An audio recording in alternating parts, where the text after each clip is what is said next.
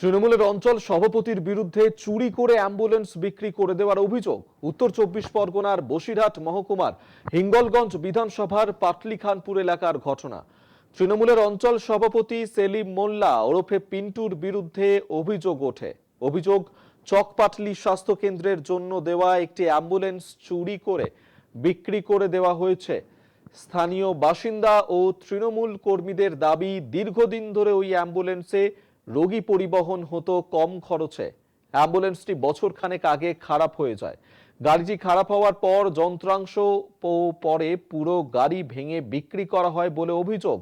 Video সহ প্রশাসনের কাছে লিখিত অভিযোগ জানানো হলেও এখনো কোনো ব্যবস্থা নেওয়া হয়নি, যদিও অভিযুক্ত সমস্ত অভিযোগ অস্বীকার করেছেন।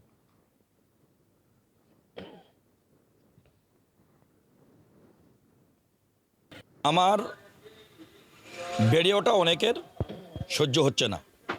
আমি একটা তৃণমূল কংগ্রেসের সৈনিক, আমি একজন জনপ্রতিনিধি, পাটলিখানপুর অঞ্চলের অঞ্চল সভাপতি তৃণমূল কংগ্রেসের। দিদি মানবিক মুখ্যমন্ত্রী মমতা বন্দ্যোপাধ্যায়ের নীতি আদর্শকে পাথেয় করে আমরা চলি। আমার ভিডিওটা অনেকের সহ্য হচ্ছে না। অনেকে ঈর্ষান্বিত হয়ে আমার বিরুদ্ধে চক্রান্ত করছে। এই ব্যাপারে আমি কিছুই জানি না।